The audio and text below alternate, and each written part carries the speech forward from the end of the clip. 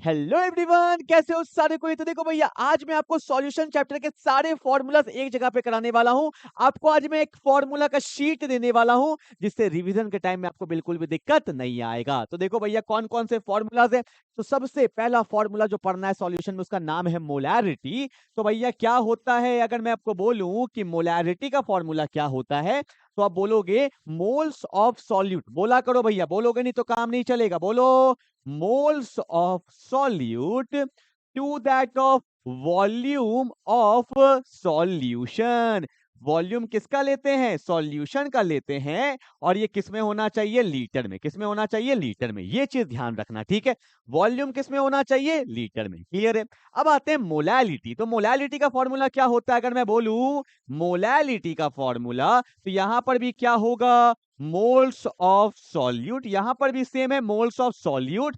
But ध्यान दो, लोग गलती कर देते हैं क्या, यहां पे जो होगा वो होगा वेट ऑफ सॉल्वेंट। यहां पे सॉल्यूशन नहीं होगा, वेट ऑफ सॉल्वेंट। और ये किस में होना चाहिए? केजी में। तो ये दो बहुत इंपॉर्टेंट फॉर्मूलाज है, मोलैरिटी एंड मोलैलिटी। क्लियर है।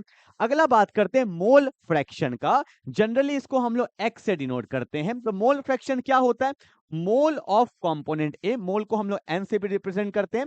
तो मोल फ्रैक्शन क्या होगा? Mole of component A to that of mole of all the component. तो मैं लिख सकता हूं N A plus N B plus N C, कुछ भी लिख सकते हो जितना होगा। पर हमारे चैप्टर में जनरली दो ही कंपोनेंट होता है, तो मैंने N A plus N B लिख दिया। एन ए क्या है? Moles of A. And N B क्या है? Moles of B. ठीक है। आप ऐसे भी लिख सकते हो मोल फ्रैक्शन को, mole of one component, mole of one component. ठीक है भैया, जिसका पूछा उसका, to that of mole of all the component, mole of all the component. ठीक है भैया, तो ये किसका फॉर्मूला होता है? मोल फ्रैक्शन का। क्लियर है ना। तो यहां पे हमने तीन फॉर्मूलाज कर लिया, molarity, molality and the mole fraction. Clear. एकदम खुद से बनाना फॉर्मूला शीट, खुद से बनाओगे तो आपका लिखा हुआ रहेगा। क्लियर है। चलो भैया, अगला आते हैं। अगला हमें पढ़ना है हेनरीज लॉ। बहुत इंपॉर्टेंट है ये लॉ। हेनरीज लॉ क्या कहता है? इन्होंने कहा था कि पार्शियल प्रेशर ऑफ गैस जो होगा वो डायरेक्टली प्रोपोर्शनल होता है मोल फ्रैक्शन ऑफ गैस के। तो फॉर्मूला आता है पार्शियल प्रेशर ऑफ गैस, यहां पे आता है हेनरीज कांस्टेंट, और यहां पे आता है मोल फ्रैक्शन ऑफ गैस। ठीक है भैया, तो ये फॉर्मूला किसका होता है? हेनरीज लॉ का। यहाँ पे पीजी क्या है? इसको हम लोग बोलते हैं partial pressure, partial pressure of gas बोलते हैं। और यहाँ पे के एच क्या है? के एच क्या है मेरा? Henrys constant. क्या बोलेंगे? बोलो भैया, हेनरीज कांस्टेंट बोलेंगे। और यहाँ पे एक्स जी क्या है? अभी आपको बताया था एक्स क्या होता है। एक्स क्या होता है? Mole fraction. तो जी लिखा है तो क्या बोलेंगे? मोल फ्रैक्शन ऑफ गैस। ठीक है भैया, तो ये मेरा फॉर्मूला होता है। ठीक है। अगला आते हैं क्या? Rawls law. तो रॉल्स लॉ ने क्या बोला था कि जो वेपर प्रेशर ऑफ सॉल्यूशन होगा वो किसके बराबर आता है? P naught A X A plus किसके बराबर आता है? P naught B X B के। ठीक है, बहुत इंपॉर्टेंट फॉर्मूला है किसका? मेरा रॉल्स लॉ का। क्लियर है। यहाँ पे पी नॉट क्या है? यहाँ पे पी नॉट है partial vapour pressure of pure solvent A. ठीक है। एक्स ए क्या है? पता ही होगा, mole fraction of A. Clear है। अगला आता है एलिवेशन इन बॉइलिंग पॉइंट। ये सब भैया कॉलिगेटिव प्रॉपर्टी के इंपॉर्टेंट फॉर्मूलाज हैं। तो एलिवेशन इन बॉइलिंग पॉइंट को हम लोग दिखाते हैं डेल्टा टीवी से। किससे दिखाते हैं भैया? बोलो, डेल्टा टीवी से। तो इसका फॉर्मूला होता है delta TV is equal to K B into M. यहाँ पे मेरा के बी कॉन्स्टेंट है, और स्मॉल एम को हम लोग क्या बोलते हैं? मोलैलिटी बोलते हैं। ठीक है, एक बात पता होना चाहिए, कैपिटल एम का मतलब होता है मोलैरिटी। ठीक है। और स्मॉल एम का मतलब क्या होता है? मोलैलिटी होता है। ये दिखाने का तरीका होता है। ठीक है। तो ये भैया मेरा क्या? Elevation in boiling point. Formula क्या होगा? Delta TV is equal to K B into M. और एक बात बता देता हूं कि डेल्टा टीवी का एक और फॉर्मूला होता है, ये होता है T of solution, that is temperature of solution minus temperature of pure solvent. ठीक है, ये भी अपने को पता होना चाहिए, ये भी डेल्टा टीवी का फॉर्मूला होता है। क्लियर है ना। तो ये था मेरा एलिवेशन इन बॉइलिंग पॉइंट। कोई दिक्कत तो नहीं, आगे बढ़े क्या? चलो, तो यहाँ पे भी हमने तीन फॉर्मूलाज देख लिया।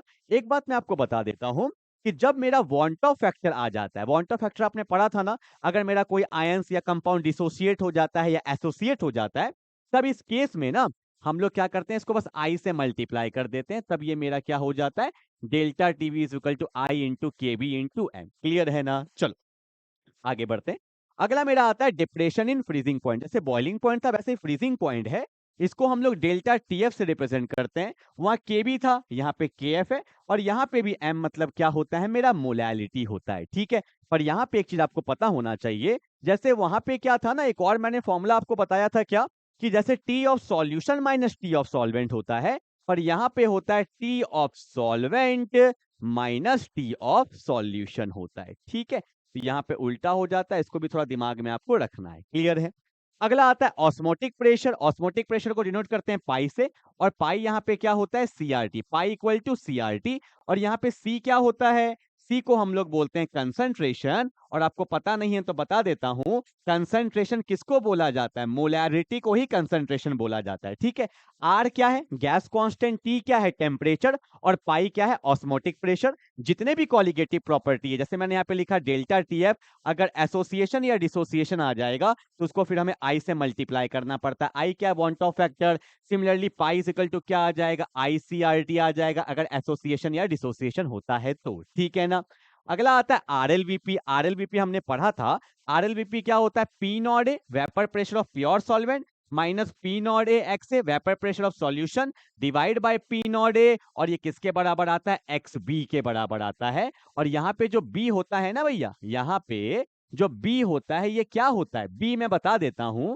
यहाँ पे एक्स बी क्या है, ये है मेरा मोल फ्रैक्शन। एक्स का मतलब मोल फ्रैक्शन तो होता है, मोल fraction of non volatile solute. Mole fraction of non volatile solute होता है।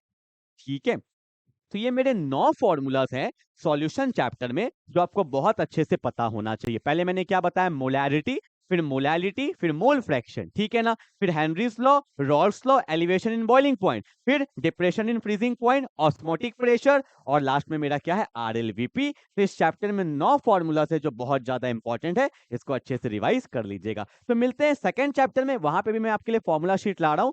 सारे फॉर्मूलाज को आप अच्छे से बना लीजिए, और इसका पीडीएफ आपको टेलीग्राम चैनल पे मिल जाएगा। इसका लिंक मैं आपके बायो में डाल देता हूं, डिस्क्रिप्शन में डाल देता हूं, और इंस्टाग्राम पे तो है ही। ठीक है, तो जाइए अच्छे से रिवाइज करिए। मिलते हैं अगले क्लास में, तब तक के लिए बाय बाय।